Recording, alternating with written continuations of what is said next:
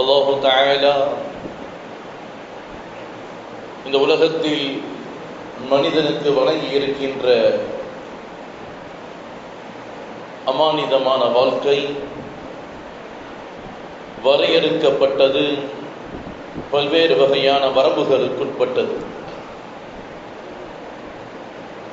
தன்னால் படைத்த மனித சமுதாயம் இந்த உலகத்தில் தனது வாழ்க்கையை சரியான பாதையில் சரியான வழியில் அமைத்துக் கொள்ள வேண்டும் என்ற இறைவனின் உயர்ந்த நோக்கத்தின் காரணத்தால்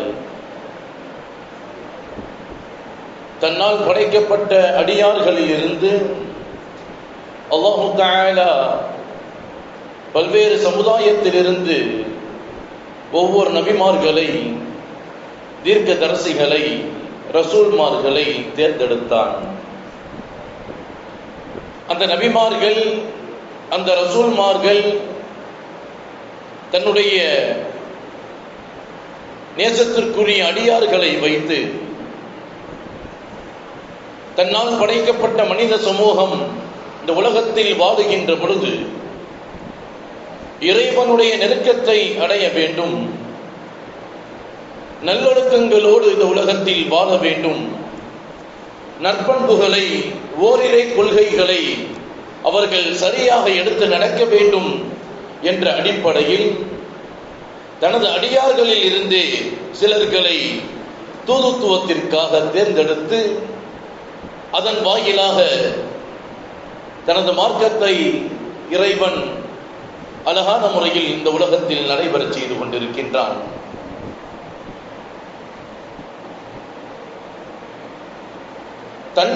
தன்னால் படைக்கப்பட்ட மனித சமுதாயம் இந்த உலகத்தில் தனது பிரியத்திற்குரிய வாழ்க்கையை வாழ்ந்துவிட்டு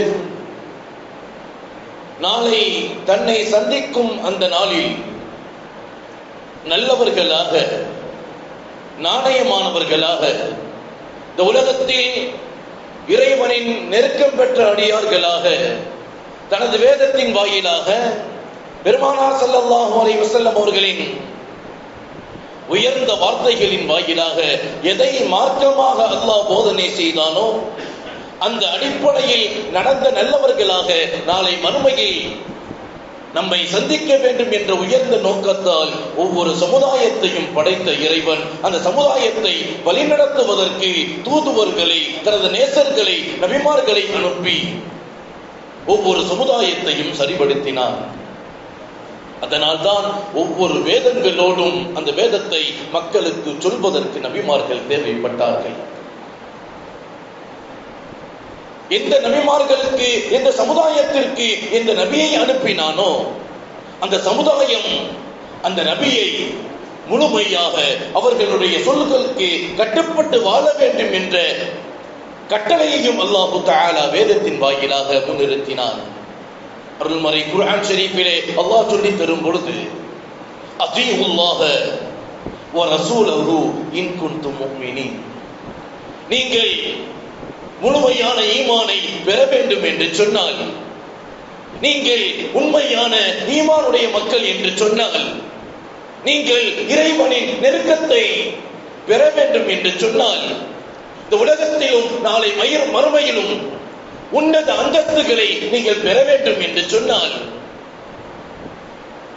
உயர்ந்த சுவனத்திற்கு உரியவர்களாக உங்களை நீங்கள் ஆக்க வேண்டும் என்று சொன்னால், அத்தீஉல்லாஹ வ ரசூலஹு, இறைவனுக்கும் இறை தூதர்களுக்கும் கட்டுப்படுங்கள். இறைவன் எதை வேதமாக தனது நபிமார்களுக்கு தந்தானோ அந்த வேதத்தை பின்பற்றி வாழுங்கள். நீங்கள் உண்மை முஃமினாக இந்த உலகத்தில் வாழலாம். மற்றொரு வசனத்திலே அல்லாஹ் சொல்லுவான், உமை யுதில்லாஹ வ ரசூலஹு யுத்கிலுஹு ஜன்னாத்தின் தஜ்ரி மின் தஹ்திஹல் அன்ஹார். இறைவனுக்கும் இறை தூதர்களுக்கும் நீங்கள் வழிபட்டு வாழ்வது நாளை சுவனத்தில் உயர்ந்த சுவனத்திற்கு சொந்தக்காரர்களாக உங்களை மாற்றும். இதுதான் மிகச்சிறந்த மிக பெரும் வெற்றி என்று அல்லாஹ் சொல்லுவான்.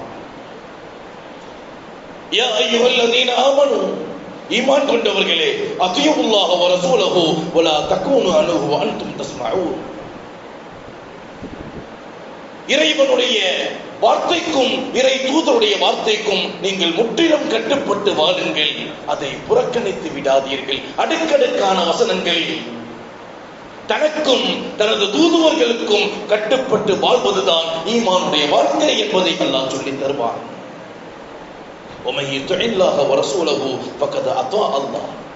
யார் தனது நபிமார்களுக்கு வழிபட்டு நடந்தார்களோ அது இறைவனுக்கு வழிபட்டதாகவே ஆகும் என்று அருள்மறை குர்ஆன் ஷரீஃபிலே பறைசாற்றினார். இதையெல்லாம் மறந்துவிட்டு உலகத்தில் இறைவன் சொன்ன வேதத்தின் பிரகாரம் வாழாமல், நபிமார்கள் வாழ்ந்து காட்டிய வழியில் நடக்காமல் யார் மனம் போன போக்கிலே வாழ்வார்களோ அதாபன் அலீமா, அவர்களுக்கு மிக கடுமையான வேதனை காத்திருக்கின்றது என்று அல்லாஹ் இந்த வசனங்களை நிறைவு செய்வான். அன்பானவர்களே, எந்த காரியத்தை செய்தாலும், எந்த நிலையில் வாழ்ந்தாலும், எந்த சமூகத்தில் வாழ்ந்தாலும் இறைவனுக்கும் இறை தூதருக்கும் கட்டுப்படுவது மாத்திரம்தான் ஈமானில் உயர்ந்த குணம் என்பதை அருள்மறை குர்ஆன் ஷரீஃபிலே இறைவன் தெளிவுபடுத்தினார். எனவேதான் பெருமானார் சொன்னார்கள், 3 குணங்களை உடையவர்கள் ஈமானின் சுவையை பெறுவார்கள். முதலாம் நபர், அந்த மனிதருக்கு இறைவனும் இறை தூதரும் அதிகம் பிரியத்திற்குரியவராக ஆகாதவரை. இரண்டாவது, உலகத்தில் ஒரு மனிதனை நேசிக்கின்றார் அல்லது ஒரு மனிதனை வெறுக்கின்றார், இரண்டிற்கும் காரணம் இறைவனாகவே இருக்க வேண்டுமே தவிர சுயநலத்திற்காக இருக்கக்கூடாது. ஒருவரை நேசித்தால் அந்த நேசம் இறைவனுக்கு பிரியமானதாக இருக்க வேண்டும். ஒருவரை வெறுத்தால் அந்த வெறுப்பு இறைவன் சொல்லியதாக இருக்க வேண்டும். பெருமானார் சொன்னார்கள், ஈமானுடைய குணம் என்ன தெரியுமா? இந்த உலகத்தில் நாம் யாரை பிரியப்பட்டாலும் சரி, யாரை வெறுத்தாலும் சரி, அதன் நோக்கம் அல்லாஹ்வாக இருக்க வேண்டும். எந்த மனிதர் இந்த உலகத்தில் நல்ல காரியங்களை செய்கின்றார்களோ, நன்மையான காரியங்களை ஏவுகின்றார்களோ, அவர் வசதி குறைந்தவராக இருந்தாலும் சரி, உலக ரீதியில் நமக்கு உதவ முடியாதவராக இருந்தாலும் சரி, இறைவனுக்காக அவரை நேசிக்க வேண்டும். ஏன் தெரியுமா? காரணம் என்ன? அவர் இறைவனிடத்தில் சிறந்தவர். இறைவனிடத்தில் சிறந்தவர் என்ற காரணத்திற்காக அவரை நாம் நேசிக்க வேண்டும் என்று மார்க்கம் போதனை செய்கின்றது. அவர்களோடு தொடர்புகளை நாம் பலப்படுத்திக் கொள்ள வேண்டும் என்று மார்க்கம் நமக்கு போதனை செய்கின்றது. அதே போன்று இந்த உலகத்தில் ஒரு மனிதர் இறைவனுக்கு எதிரான வாழ்க்கையை வாழுகின்றார், அந்த வாழ்க்கைக்கு நம்மையும் அழைக்கின்றார் என்று சொன்னார். அவர் இந்த உலகத்தில் பலசாலியாக இருந்தாலும் சரி, பணபலம் உடையவராக இருந்தாலும் சரி, உலக ரீதியில் நமக்கு உதவி செய்யும் ஆற்றல் உள்ளவராக இருந்தாலும் சரி, இறைவனுக்காக அவரை வெறுக்க வேண்டும் என்று சொன்னார்கள் நபிகள் நாயகம் ஸல்லல்லாஹு அலைஹி வஸல்லம். ஆனால் மார்க்கம் இப்படி எல்லாம் சொல்லி இருக்க, இன்றைய இஸ்லாமியர்களுக்கு மத்தியில் மிக வேகமாக பரவி வரும் தீய குணம் என்ன தெரியுமா? யாரிடத்தில் பணமும் பதவியும் இருக்கின்றதோ, யார் நமக்கு உதவி செய்வார்களோ, அந்த தகுதியில் யாரெல்லாம் இருக்கின்றார்களோ அவர்களின் மீது பிரியம் கொள்பவர்களாக இஸ்லாமியர்கள் மாறிக்கொண்டிருக்கின்றார்கள். முந்திக் கொண்டு சலாம் சொல்லப்படுகின்றது, அவர்களை கண்ணியப்படுத்தப்படுகின்றது. அவர் இறைவனுடைய பிரியத்திற்குரிய வாழ்க்கை வாழாதவராக இருந்தாலும் சரி, மார்க்கம் சொல்லித் தந்த நடைமுறைக்கு கட்டுப்படாத வாழ்க்கை வாழ்ந்தாலும் சரி, அவர்கள் கண்ணியப்படுத்தப்படுகின்றார்கள். இறைவனுக்கு இறைவனுடைய பிரியத்தை விட்டும் தூரமானவர்கள் இந்த இஸ்லாமியர்களால் கண்ணியப்படுத்தப்படுகின்றார்கள், முந்திக் கொண்டு சலாம் சொல்லப்படுகின்றார்கள். மாணவர்களே, இந்த பிரியத்தை தான் மார்க்கம் மிக தவறானது என்று எச்சரிக்கை செய்கின்றது. அதைத்தான் நபிமார்கள் சஹாபாக்கள் நமக்கு சொல்லித் தந்தார்கள். சஹாபாக்கள் யாரையெல்லாம் வெறுத்தார்களோ அதில் கொஞ்சம் கூட தனது சுய லாபத்திற்காக வெறுத்தவர்கள் கிடையாது. சஹாபாக்கள் யாரையெல்லாம் பிரியப்பட்டார்களோ அதில் கொஞ்சம் கூட தனது சுய லாபத்திற்காக பிரியப்பட்டவர்கள் கிடையாது. சஅத் இப்னு அபி வக்காஸ் ரலியல்லாஹு தஆலா அன்ஹு அவர்களின் தாயார் மிகப்பெரிய நோயினால் பாதிக்கப்பட்டு அவர்களுக்கு சஅத் ரலியல்லாஹு தஆலா அவர்கள் பணிவிடை செய்து வந்த நேரம். அந்த நேரத்தில் சஅத் இப்னு அபி வக்காஸ் ரலியல்லாஹு தஆலா அவர்கள் இஸ்லாத்தை ஏற்றுக்கொண்டார்கள். அவர்களின் தாய் நோய்வாய்ப்பட்டு படுக்கையில் படுத்திருக்கின்றார்கள். அவர்களுக்கு பணிவிடை செய்து வந்த நேரம். சஅத் இப்னு அபி வக்காஸ் ரலியல்லாஹு தஆலா அவர்கள் இஸ்லாத்தை ஏற்கின்றார்கள். இதை அறிந்து கொண்ட அந்த தாய் தனது மகனை அழைத்து, நீ ஏற்றிருக்கின்ற மார்க்கத்தை முதலில் விட வேண்டும். அப்படி விடவில்லை என்று சொன்னால் நான் எதையும் சாப்பிட மாட்டேன், எதையும் குடிக்க மாட்டேன், பசியால் கிடந்து மௌத்தாகி விடுவேன் என்று சொன்னார். சஅத் இப்னு அபி வக்காஸ் ரலியல்லாஹு தஆலா அவர்கள் தாய்க்கு பணிவிடை செய்து கொண்டிருக்கக்கூடிய நேரம். அந்த நேரத்தில் இஸ்லாத்தை ஏற்றுக்கொள்கின்றார்கள். தனது தாய் சொல்லுகின்றார்கள், நீ ஏற்றிருக்கும் மார்க்கத்தை விட்டுவிடு, இஸ்லாத்தை விட்டு வெளியேறிவிடு. அப்படி செய்யவில்லை என்று சொன்னால் நான் எதையும் சாப்பிட மாட்டேன், எதையும் குடிக்க மாட்டேன், பசியால் கிடந்து இறந்து விடுவேன். அப்பொழுது இந்த உலகம் உன்னை சொல்லும், இந்த உலகம் உன்னை சொல்லும், தாயின் பேச்சை கேட்காமல் தாயை கொன்ற கொடியவன் என்று இந்த உலகம் உன்னை சொல்லும் என்று சொல்லிய பொழுது சஅத் இப்னு அபி வக்காஸ் இஸ்லாத்தை ஏற்றிருந்த தருணம். அவர்களின் உறுதி எப்படி இருந்தது தெரியுமா? அவர்கள் சொன்ன வார்த்தை எப்படி இருந்தது தெரியுமா? சொன்னார்கள், 2 நாட்களாக அந்த தாய் எதையும் சாப்பிடவில்லை, பசியோடு படுத்திருக்கின்றார்கள். பார்த்துக் கொண்டே இருந்தார்கள் 2 நாட்களாக. 3ஆம் நாள் தனது தாயிடம் சென்று சொன்னார்கள், சஅத் இப்னு அபி வக்காஸ் ரலியல்லாஹு தஆலா அன்ஹு, யா உம்மி, வல்லாஹி அல்லாஹ்வின் மீது சத்தியமாக, லவ் கானத் லக மிஅத நஃப்ஸன் ஃபஹரஜத் நஃப்ஸன் மா தரக்து தீனி ஹாதா லிஷை. என் தாயே, உங்களுக்கு 100 உயிர் இருந்தும் அந்த 100 உயிரும் அடுத்தடுத்து சென்றாலும் சரி, நான் ஏற்றிருக்கின்ற இந்த மார்க்கத்தை ஒரு காலம் விட மாட்டேன் என்று சொன்னார்கள் சஅத் இப்னு அபி வக்காஸ் ரலியல்லாஹு தஆலா. நன்றாக யோசியுங்கள். இஸ்லாத்தை ஏற்று 1 வாரம் கூட கடக்கவில்லை. நீ இஸ்லாத்தை விடவில்லை என்று சொன்னால் பட்டினி கிடந்து நான் மௌத்தாகி விடுவேன், தாயை கொன்ற பலி உன் மீது வரும் என்று சொல்லிய பொழுது 100 உயிர் உங்களுக்கு இருந்தும் அந்த 100 உயிரையும் நீங்கள் விட்டாலும் சரி, நான் ஏற்ற மார்க்கத்தை ஒரு காலம் விட மாட்டேன் என்று சொன்னார்கள் சஅத் இப்னு அபி வக்காஸ் ரலியல்லாஹு தஆலா. சொன்னார்கள், ஃபஇன் ஷஅத ஃபகுலி வஇன் ஷஅத ஃபலா தஅகுலி. விரும்பினால் சாப்பிடுங்கள், விரும்பினால் சாப்பிடாமல் இருங்கள், என் மார்க்கத்தை விட முடியாது என்று உறுதியாக சொன்னார்கள்.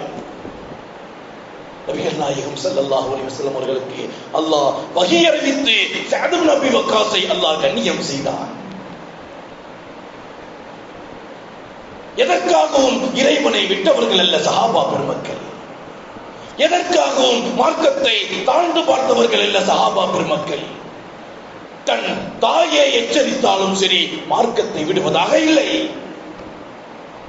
அல்லாஹ் வஹி அறிவித்தார், வஇன் ஜாஹதாக லா துஷ்ரிக பி மா லைஸ லக பிஹி இல்ம் ஃபலா துதிஹுமா வஸாஹிபுஹுமா ஃபித் துன்யா மஅரூஃபா வத்தபி' சபீல மன் அனாப இலை. இறை மார்க்கத்திற்கும் இறைவனுடைய வேதத்திற்கும் மாற்றமாக உனது தாயோ தந்தையோ உனக்கு எச்சரிக்கை செய்தால் அவர்களை பின்பற்ற வேண்டாம் என்று அல்லாஹ் வஹி அறிவித்தார். இந்த நேரத்திலும் மார்க்கத்தை விடுவதற்கோ, மார்க்கத்தை இழிவாக நினைப்பதற்கோ, மார்க்கத்தை தாழ்ந்து பார்ப்பதற்கோ ஒரு காலம் மார்க்கம் அனுமதிக்கவில்லை.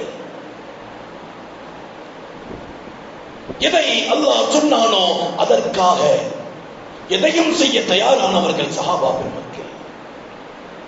எதை பெருமானார் காட்டினார்களோ அதற்காக எதையும் இழக்க தயாரானார்கள் சஹாபா பெருமக்கள். இறைவனுக்காக பிரியப்பட்டார்கள், இறைவனுக்காக வெறுத்தார்கள். ஒரு தடவை நபிகள் நாயகம் ஸல்லல்லாஹு அலைஹி வஸல்லம் அவர்களோடு அன்னை ஆயிஷா ரலியல்லாஹு தஆலா அன்ஹா ஒரு போருக்கு செல்லுகின்றார்கள். இந்த சம்பவம் நீண்டது. ஒரு போருக்கு செல்லுகின்றார்கள். இடையில் ஒரு இடத்தில் மதீனாவுக்கு வரும் வழியில் ஒரு இடத்தில் தங்க நேரிட்டது. அனைத்து கூட்டமும் தங்குகின்றது. அந்த தங்கக்கூடிய நிலையில் ஆயிஷா ரலியல்லாஹு தஆலா அன்ஹா அவர்கள் கழுத்தில் இருந்த மாலை தொலைந்து விட்டது. அன்னை ஆயிஷா ரலியல்லாஹு தஆலா அன்ஹா அபூபக்கர் சித்திக் ரலியல்லாஹு தஆலா அவரின் மகள். அந்த மாலையை தேடி செல்லுகின்றார்கள். இரவு நேரம் கடக்கின்றது. ஆயிஷா ரலியல்லாஹு தஆலா அவர்களை பற்றி அந்த கூட்டம் தேடாமல் ஆயிஷா ரலியல்லாஹு தஆலா அவர்கள் அவர்களுடைய அந்த கூடாரத்தில் இருக்கின்றார்கள் என்று நினைத்துக் கொண்டு அந்த இடத்தை அந்த கூட்டம் காலி செய்கின்றது. மதீனாவிற்கு சென்று விட்டார்கள். நபிகள் நாயகம் ஸல்லல்லாஹு அலைஹி வஸல்லம் அவர்களின் பழக்கம், ஒரு இடத்தில் தங்கிவிட்டு சென்றால் ஏதேனும் பொருளை விட்டுவிட்டு வந்து விட்டோமா என்பதற்காக ஒரு நபரை அனுப்புவது வழக்கம். அந்த அடிப்படையில் ஒரு நபரை பெருமானார் ஸல்லல்லாஹு அலைஹி வஸல்லம் அவர்கள் அந்த இடத்திற்கு அனுப்பி வைக்கின்றார்கள். மிஸ்தஹ் அவருடைய பெயர். வருகின்றார்கள். மாலையை தேடி ஆயிஷா ரலியல்லாஹு தஆலா அவர்கள் தனியாக அமர்ந்திருக்கின்றார்கள். ஏதோ நடந்திருக்கின்றது. ஆயிஷா ரலியல்லாஹு தஆலா அவர்கள் வழி தவறிவிட்டார்கள் என்ற நிலையை அறிந்து கொண்ட மிஸ்தஹ் ரலியல்லாஹு தஆலா ஆயிஷா ரலியல்லாஹு தஆலா அவர்களை ஒட்டகத்தில் அமர வைத்து சஃப்வான் இப்னு முஅத்தல்களை மதீனாவுக்கு அழைத்து வருகின்றார்கள். இதை எதிர்பார்த்துக் கொண்டிருந்த முனாஃபிக்குகள் ஆயிஷா ரலியல்லாஹு தஆலா அன்ஹா அவர்கள் மீதும் சஃப்வான் இப்னு முஅத்தல் ரலியல்லாஹு தஆலா அவர்கள் மீதும் அவதூறை பரப்புகின்றார்கள். ஒரு மாசம் ஓடுகின்றது. அல்லாஹு தஆலா ஆயிஷா ரலியல்லாஹு தஆலா அவர்களை பத்தினித்தனத்தை நிரூபித்து 10 வசனங்களை தொடர்படியாக அல்லாஹ் இறக்கினார். நீண்ட சம்பவம். இதில் ஆயிஷா ரலியல்லாஹு தஆலா அவர்கள் மீது அவதூறு பரப்பிய அபூபக்கர் சித்திக் ரலியல்லாஹு தஆலா அவர்களின் உதவியை கொண்டு வாழ்ந்து வரக்கூடிய ஒரு தோழர் அவரும் சேர்ந்து அவதூறு பரப்பினார். உடனே அபூபக்கர் சொன்னார்கள், இனி ஒரு காலம் அவருக்கு நான் உதவ மாட்டேன் என்று இறைவனின் மீது சத்தியம் செய்து சொன்னார்கள். எனது மகன் மீது அவதூறு பரப்பியவருக்கு நான் ஒரு காலம் உதவி செய்ய மாட்டேன் என்று சத்தியம் செய்து சொல்லிய பொழுது அல்லாஹ் வசனத்தை இறக்கினார். ولا يعتدي أولي الفضل منكم والسعة أن يؤتوا أولي القربى والمساكين والمهاجرين في سبيل الله وليعفوا وليصفحوا ألا تحبون أن يغفر الله لكم. அவரை மன்னித்து விடுங்கள் என்று அல்லாஹ் வஹி அறிவித்த பொழுது தனது மகளின் மீது அவதூறு பரப்பியவருக்கு உணவு தர மாட்டேன் என்று சொன்ன அபூபக்கர் சித்திக் ரலியல்லாஹு தஆலா அவர்கள் இறை வசனத்தை ஏற்று எனக்கு எனது மகளை விட இறைவனின் பாவ மன்னிப்பு முக்கியம் என்று சத்தியத்தை முறித்துக் கொண்டு மீண்டும் அவருக்கு உதவுவதற்கு முன் வந்தார்கள். தன் சுயலாபத்திற்காக எதையும் முன்னிறுத்தியவர்கள் கிடையாது சஹாபா பெருமக்கள், நபிமார்கள். அதே போன்று ஒரு தடவை நபிகள் நாயகம் ஸல்லல்லாஹு அலைஹி வஸல்லம் அவர்கள் சஃபியா ரலியல்லாஹு தஆலா அன்ஹா நபியின் மனைவி வந்து கேட்டார்கள், எனது ஒட்டகம் நோய்வாய்ப்பட்டு இறந்து விட்டது. எனவே ஜைனப் ரலியல்லாஹு தஆலா அன்ஹா அவரிடத்தில் ஒட்டகம் அதிகமாக இருக்கின்றது, ஒரு ஒட்டகத்தை பெற்றுத்தாருங்கள் என்று கேட்ட பொழுது பெருமானார் ஜைனப் ரலியல்லாஹு தஆலா அன்ஹா அவரிடத்தில் கேட்டார்கள், சஃபியாவின் ஒட்டகம் நோய்வாய்ப்பட்டு இறந்து விட்டது, உங்களது மேல்மிச்சமான ஒட்டகத்தை அவருக்கு கொடுத்து உதவுங்கள் என்று சொல்லிய பொழுது ஜைனப் ரலியல்லாஹு தஆலா அன்ஹா ஒரு வார்த்தையை சொன்னார்கள். ஏனென்று சொன்னால் சஃபியா ரலியல்லாஹு தஆலா அன்ஹா ஆரம்பத்தில் யூத பெண்ணாக இருந்தவர்கள். சொன்னார்கள், அன உஅத்தி தில்கல் யஹூதியா, அந்த யூத பெண்ணுக்கா என் ஒட்டகத்தை நான் கொடுப்பது என்று கேட்ட பொழுது இந்த வார்த்தை தாங்க முடியாமல் நபிகள் நாயகம் ஸல்லல்லாஹு அலைஹி வஸல்லம் அவர்கள் தன் மனைவியை 2.5 மாதங்கள் ஒதுக்கி வைத்தார்கள் என்பது வரலாறு. மாணவர்களே, ஒரு வார்த்தை அந்த வார்த்தை இறைவனுக்கு பிரியமில்லாத காரணத்தால் தனது மனைவியை ஒதுக்கி வைத்தார்கள் பெருமானார் ஸல்லல்லாஹு அலைஹி வஸல்லம். இப்படித்தான் எந்த நிலையாக இருந்தாலும் சரி, இறைவன் பிரியப்படுவானா அல்லது இறைவன் கோபப்படுவானா? நாம் செய்த செயல் இறைவனுடைய நெருக்கத்தை பெற்று தருமா அல்லது இறைவனுடைய கோபத்தை பெற்று தருமா என்பதை சிந்தித்து செயல்பட வேண்டும் என்று மார்க்கம் போதனை செய்கின்றது. மாத்திரமல்ல, யார் எதை இறைவன் பிரியப்படுவானோ, எதை பெருமானார் சொன்னார்களோ அதை தேடி தேடி செய்தவர்களை அல்லாஹ் அருள்மறை குர்ஆன் ஷரீஃபிலும் பெருமானார் ஸல்லல்லாஹு அலைஹி வஸல்லம் அவர்கள் ஹதீஸிலும் உயர்ந்த அந்தஸ்திற்கு சொந்தக்காரர்கள் என்று எடுத்து காட்டினார்கள். அன்பானவர்களே, எதை மார்க்கம் நமக்கு போதனை செய்ததோ, எதை மார்க்கம் நமக்கு சொல்லித் தந்ததோ, எதை வேதத்தின் வாயிலாக அல்லாஹ் இந்த உலகத்திற்கு எடுத்து தந்தானோ, எதை வாழ்க்கை முறையாக பெருமானார் ஸல்லல்லாஹு அலைஹி வஸல்லம் அவர்கள் நமக்கு முன்னால் வாழ்ந்து காட்டினார்களோ, இமாம்கள் இறை நேசர்கள் எதை சொல்லித் தந்தார்களோ, அந்த வழி மாத்திரம்தான் நாளை மறுமையில் நம்மை சுவனம் வரை அழைத்து செல்லும். அது மாத்திரமல்ல, இந்த உலகத்தில் இறைவனுக்காக அல்லாமல், இறை தூதருக்காக அல்லாமல், இறை மார்க்கத்திற்காக அல்லாமல் யார் எல்லாம் பதவிக்காக, பட்டத்திற்காக, சுயலாபத்திற்காக மாற்று மதத்தவர்களை தேடிச் செல்கின்றார்களோ அவர்களுக்கு இழிவை தவிர இறைவன் எதையும் வழங்குவதில்லை என்பதை பெருமானார் ஸல்லல்லாஹு அலைஹி வஸல்லம் அவர்கள் இந்த உலகத்திற்கு போதனை செய்தார்கள். அருமையானவர்களே, எதை நாம் கேட்டோமோ அதன் அடிப்படையில் வாழக்கூடிய உயர்ந்த நசீபை அல்லாஹ் நம் அனைவருக்கும் தந்தருவானாக. பெருமானார் ஸல்லல்லாஹு அலைஹி வஸல்லம் அவர்கள் சொன்னார்கள், தூபா லிமன் வஜத ஃபீ ஸஹீஃபத்திஹி இஸ்திக்ஃபாரன் கதீரா. யார் நாளை மறுமையில் தன்னுடைய நன்மை தீமை ஏடுகளில் அதிகம் தௌபா செய்தவர்களாக, இறைவனத்தில் பாவ மன்னிப்பை பெற்றவர்களாக தனது நன்மை தீமை ஏடுகளை வழக்கத்தில் பெற்றுக் கொள்கின்றார்களோ அவர்களுக்கு சுபசோபனம் என்று சொன்னார்களே, அப்படிப்பட்ட உயர்ந்த உன்னத நசீபை பெறக்கூடிய நன்மக்களாக அல்லாஹ் நம் அனைவரையும் ஆக்கியருள்வானாக. வஆகிரு தஅவானா அனில் ஹம்துலில்லாஹி ரப்பில் ஆலமீன். அஸ்ஸலாமு அலைக்கும் வரஹ்மத்துல்லாஹி தஆலா வபரகாத்துஹு.